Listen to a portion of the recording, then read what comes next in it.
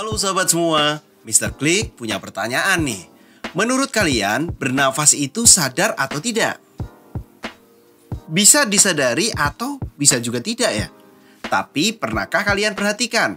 Rata-rata manusia bernafas sekitar 12-18 kali dalam setiap menitnya.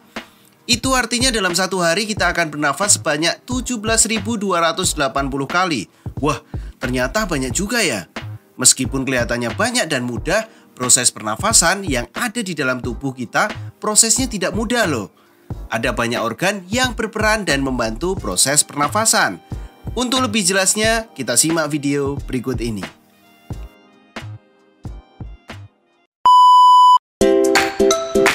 Assalamualaikum warahmatullahi wabarakatuh.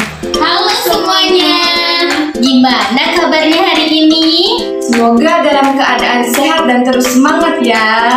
Nah, pada video kali ini kalian akan ditemani oleh saya, Khairina Indasari, dan saya Aldea Duesta Devini.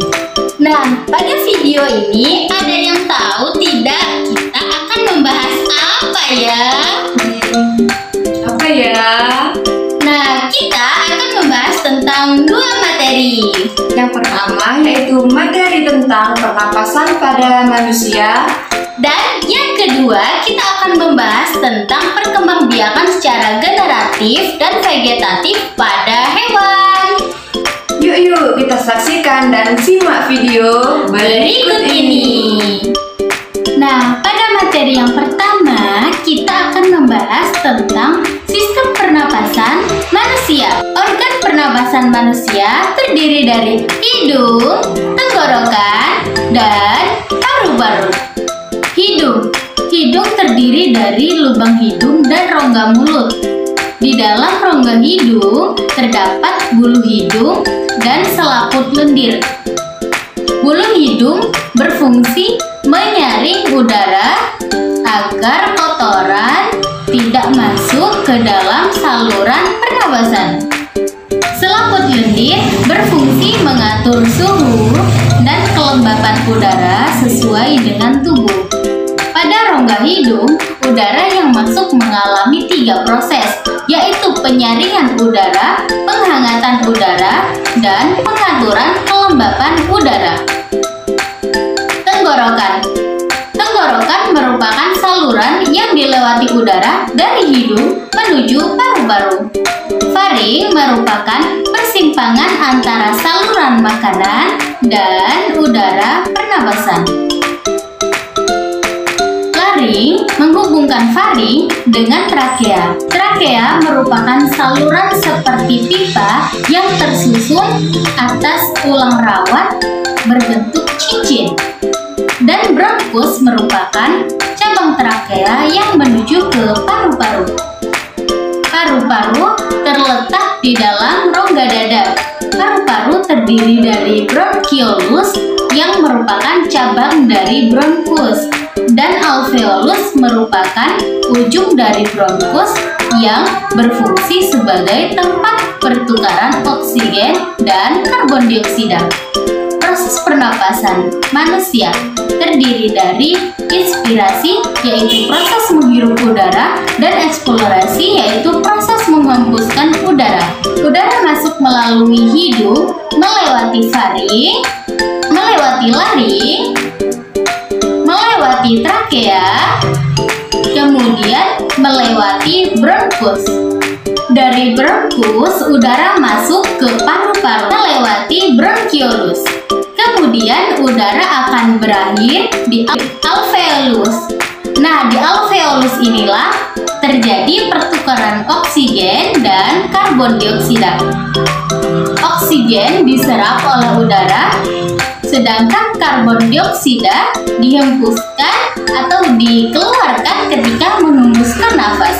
Berdasarkan gerakan otot yang digunakan, pernapasan manusia terbagi menjadi 2 jenis.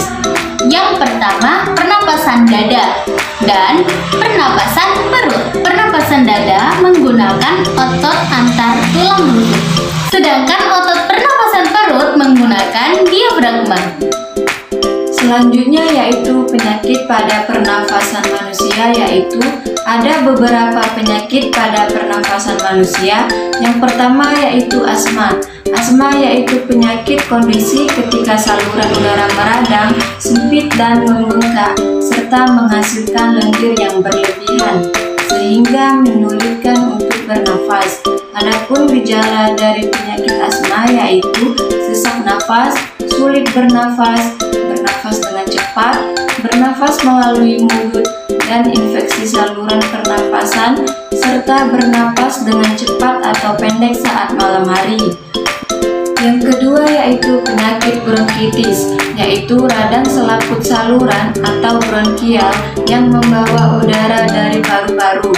Adapun gejala dari penyakit bronkitis, yang pertama yaitu kesulitan tidur, nafas pendek, sakit kepala, sakit tenggorokan, batuk berdahak, serta pilek. Yang ketiga yaitu penyakit pneumonia, yaitu infeksi yang menimbulkan peradangan pada kantung udara di salah satu atau kedua paru-paru yang dapat berisi cairan. Adapun gejala dari penyakit pneumonia yaitu demam, dehidrasi, tidak selera makan, panas dingin, berkeringat, dan denyut jantung yang lebih cepat. Adapun cara pemeliharaan dari ketiga penyakit tersebut, yang pertama yaitu rutin berolahraga. Ketika tubuh aktif bergerak, sistem peredaran darah di tubuh yang akan kaya oksigen mengalir lebih lancar melalui jantung. Dari jantung, darah akan dialirkan ke seluruh tubuh. Yang kedua yaitu mengonsumsi makanan bergizi. Perbanyak makanan bernutrisi yang dapat menjaga organ pernapasan, yaitu makanan yang mengandung vitamin A, vitamin C, vitamin E, zinc, kalsium, selenium, dan magnesium. Yang ketiga yaitu banyak minum air mineral.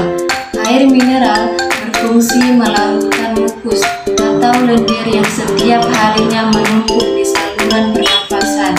Jika kita jarang minum, maka lendir tersebut akan menyumbat sehingga menimbulkan gangguan pernafasan.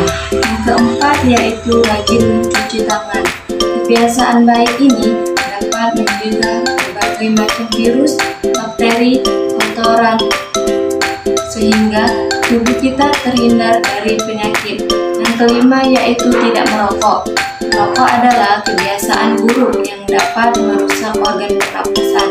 Dampaknya bisa fatal, bahkan menyebabkan kematian. Salah satunya yaitu terserangnya penyakit kanker paru-paru. Dan yang keenam yaitu menghindari paparan polusi udara. Udara yang tercemar dapat mengganggu pernapasan. Contohnya asap kendaraan, asap rokok, dan asap pabrik.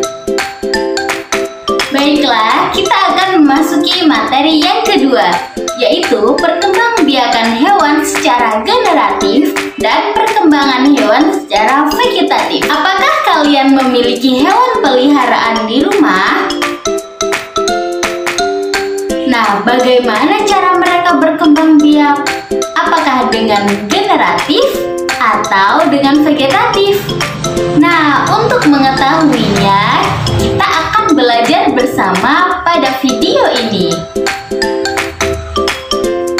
Yang pertama yaitu perkembangbiakan hewan secara generatif. Perkembangbiakan hewan secara generatif terbagi menjadi 3, yaitu ovipar bertelur, vivipar melahirkan, dan ovovivipar bertelur melahirkan. Nah, bagaimana ciri-ciri dari 3 cara perkembangbiakan hewan tersebut?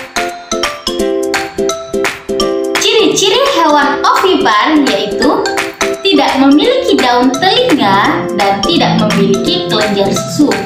Contohnya yaitu ada ayam, burung, dan ikan. Yang kedua yaitu hewan vivipar atau melahirkan. Ciri-cirinya yaitu memiliki daun telinga dan memiliki kelenjar susu.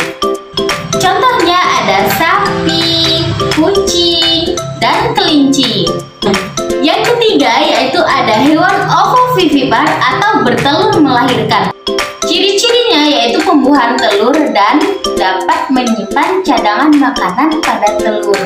Nah, contohnya itu ada bunglon, ular, dan ikan hiu. Adapun perkembangbiakan pada hewan yang kedua yaitu secara vegetatif, merupakan yaitu proses pembuahan atau peleburan yang tidak disertai oleh sel kelamin jantan dan sel kelamin betina. Adapun 3 perkembangbiakan pada hewan vegetatif yaitu yang pertama pertunasan, yang kedua membelah diri, dan yang ketiga fragmentasi. Yang pertama pertunasan, yaitu dengan cara membentuk tunas pada tubuhnya lalu melepaskan dirinya. Adapun contohnya yaitu hidra. Adapun yang kedua yaitu membelah diri, yaitu terjadi pada hewan protozoa atau bersel satu. Contohnya yaitu amuba. Yang ketiga yaitu fragmentasi, di mana pemotongan induk menjadi beberapa bagian, lalu dari bagian tersebut akan menjadi individu baru. Contohnya yaitu cacing pipi dan cacing pita. Nah, jadi apakah kalian sudah mengetahui cara perkembangbiakan hewan peliharaan kalian? Secara vegetatif atau generatif? Nah, jawab di kolom komentar ya. Nah, itulah tadi materi terakhir kita pada hari ini. Maka berakhir pula video kita pada kali ini. Semoga video kita bermanfaat untuk semuanya. Kami akhiri. Wassalamualaikum warahmatullahi wabarakatuh. Sampai jumpa semuanya. Terima kasih sudah menonton dan sampai jumpa.